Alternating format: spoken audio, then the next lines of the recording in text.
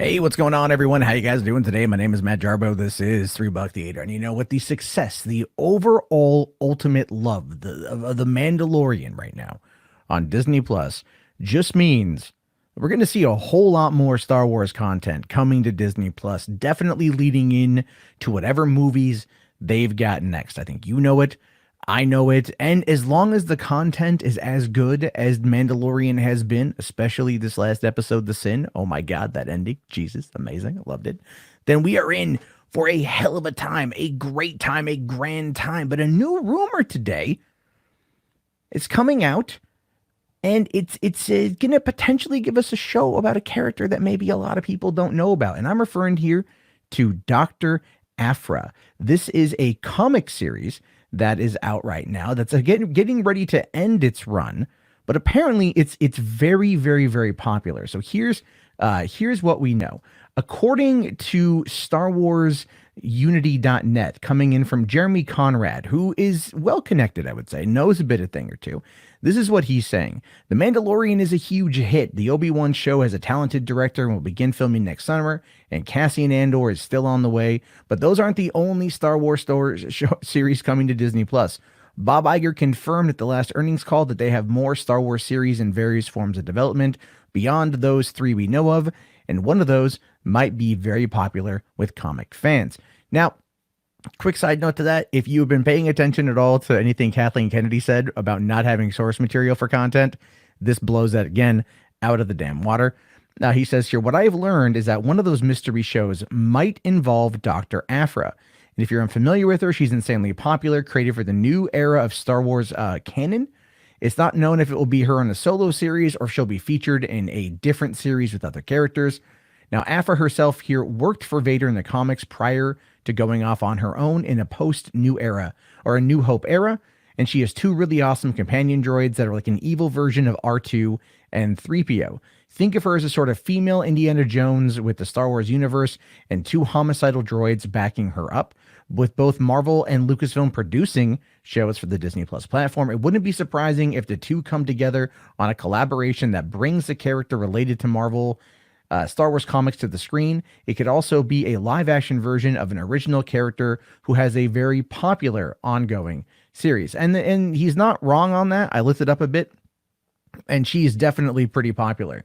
And the moral ambiguousness of the character is one that is going to be very fascinating to watch play out. And let's take a look here just who Dr. Aphra is. So according to Wikipedia, it says Dr. Aphra is a criminal archaeologist with an expert knowledge in droid and weapon technologies, with a particular interest in ancient weapons and Jedi artifacts. StarWars.com describes the character as a mostly morally bankrupt, in-over-her-head archaeologist, and Slate calls her a driven, selfish, decisive, and wildly unpredictable. Sci-Fi Wire called Aphra an anti-hero who shares the snark of Han Solo and the sexual charisma of Lando Calrissian, but toes the line between right and wrong far more regularly than these two characters, and more often than not steps over into downright naughty, according to IGN.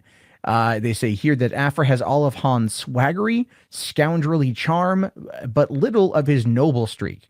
And then also saying here that there's a weird obsession she has with uncovering old stuff, and that Aphra falls somewhere between a hero and a villain, and that you sometimes see her do good things, and you sometimes see her do bad things. Well, according to the Wikipedia here, it says Star Wars Dr. Aphra is an ongoing comic series which began publication in 2016, originally written by Star Wars Darth Vader scribe Kieran Gillen. It was then briefly written by him and Simon Spurrier before writing duties were transferred fully to Spurrier. Let's see. The series takes place between Star Wars Episode 4 and Episode 5, mainly on the galactic frontier, and follows from the conclusion of Star Wars Darth Vader. It focuses on the titular character, a rogue archaeologist, Dr. Shelley Lona Aphra, her droid duo, the Murderbots, 000 and BT-1, Wookiee bounty hunter Black, I can't even pronounce that name, and Volda Clam, her sidekick later on in the series. Designed to be a moral inverse of Indiana Jones, the misadventures of her and her eponymous crew are a dark reflection of the adventures of the mainline series heroes.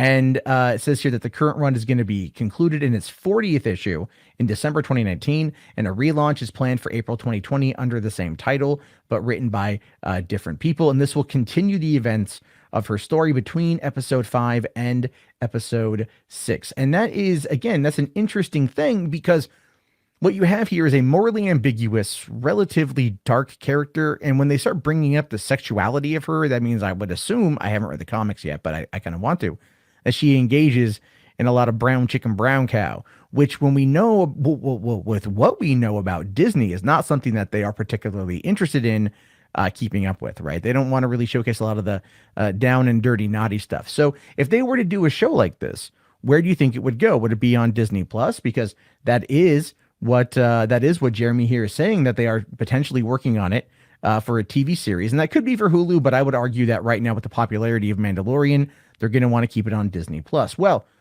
content, and I mean like the rating system of that, varies very much in regards to, let's say, Mandalorian. This is a screenshot from the opening of episode 3, The Sin, where it is rated TV 14 for violence, whereas episode 2 was rated TV PG, which I find to be very fascinating, considering how many Jawas got disintegrated, and that whole killing of the Mudhorn, and then the slicing of the egg and eating. I figured it would have been a little bit more than PG, but that's what they're going for. So, I mean, looking at this character here, it appears that, she could have a home on Disney Plus, and it would seem to me that they would tone her down a little bit. They would tone down a lot of it in order to make sure it fits into what's going on with Disney Plus. I know a lot of shows are potentially going to be going to Hulu if they're a little bit more on the violent side, because that's going to be catered more towards the older audience, and that's great.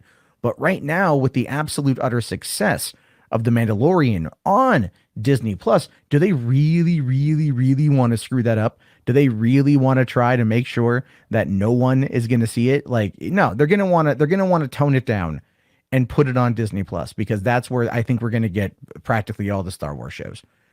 And if this is actually what they're working on, if they are working on a Dr. Aphra series, that would be very interesting.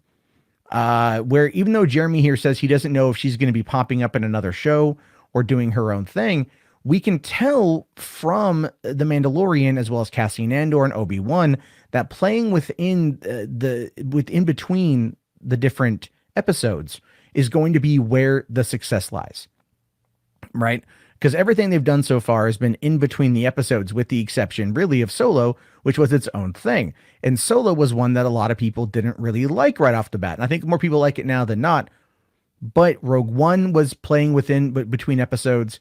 Rebels was playing within, right before episode 4, but still in that world and tied in directly to it. Star Wars Resistance is in between The Force Awakens and The Last Jedi, and I think now even The Rise of Skywalker with season 2. And so it's playing within that, connecting it in, and they know that that's where they're going to find a lot of their bread and butter. Stuff that plays in between the episodes that does keep it in line with the current continuity of canon is, I think, where the success is going to be. Now, that being said, I know a lot of people out there really, really, really want there to be a lot more in regards to the EU being pulled into it, and they may not like the fact that this particular character is a new canon character getting content before, let's say, a Thrawn series or something. We don't know what's going to happen with this, but they are going to be pulling from what is popular, and they are going to be wanting to make it for Disney Plus. So I'm excited for this regardless. I think more Star Wars content is fantastic. Disney Plus seems to be the place for this kind of long form storytelling that right now, just 3 episodes has captivated audiences 100%. So by all means, bring it on, give it to me, let us know what we're going to be at. And I'm just like super excited to see where it goes. And look, here's the deal.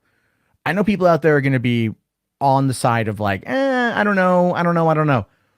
But if this is coming in, if this is all part of the plan for Kevin Feige to ultimately take over Star Wars for Lucasfilm, which, let's be realistic, it does kind of feel like that is the case, then what we're going to get here is the start of trying to perhaps interject some of Marvel Comics work into Disney Plus and lay that as the groundwork.